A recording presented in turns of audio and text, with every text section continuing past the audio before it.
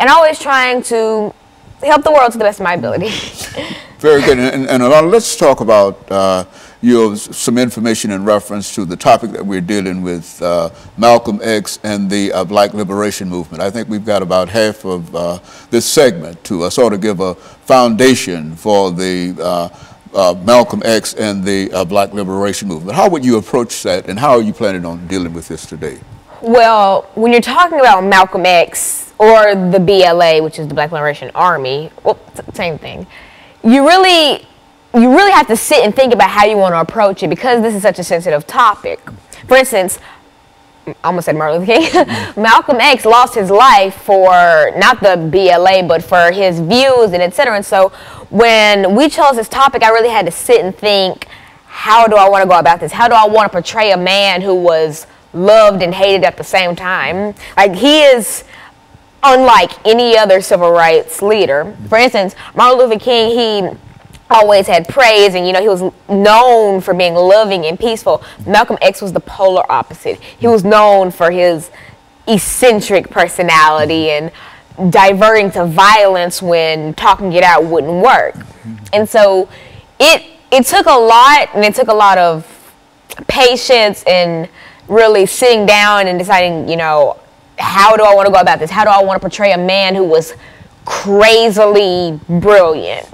And I finally figured out that I'm going to portray him to the best of my ability, and I'm going to praise him when praise is due, and I'm going to point out some of the faults that he had, because there were many. And in talking about the Black Liberation Army, I'm going to give the blunt truth about the bombings and the killings that they did, and that's the only way I can go about it, really. And so you've got quite a bit of information. What about Malcolm X? Who was Malcolm X in terms of, I know that many people talk about his autobiography, the autobiography of Malcolm X, but give us some little information over the next couple of minutes in terms of his background. Malcolm X, born Malcolm Little in 1926. He was a husband, a father, a minister, a civil rights activist, a deeply religious man, but also a man who had, who wanted things to go his way. Like, for instance, in 1946, the first time he was ever arrested, he went to jail for larceny and for breaking and entering. And this is when Malcolm X, when Malcolm Little at the time really discovered himself, and he decided that he was going to make an impact on the world, and believe me, he did. He's one of the most influential figures in American and African American history to this day, years and years after his death. So.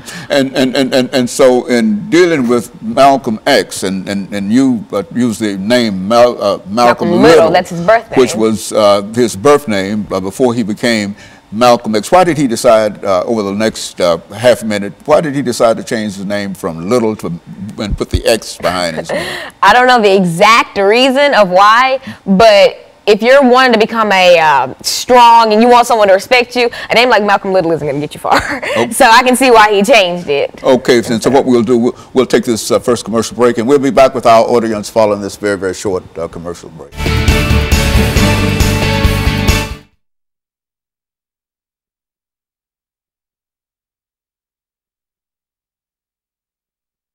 Okay, now the next segment, we've got 8 minutes. Yeah. What do you want to talk about? Malcolm X, and I'm ended off with comparing the BLA to like the NAACP. Okay, that sounds good. And so when we start back, we've got 8 minutes, and you're going to start talking about whatever. And so you think you threw me off. Call me off guard. Well, no, but it's okay. You cool. Okay, but now you got. You ready for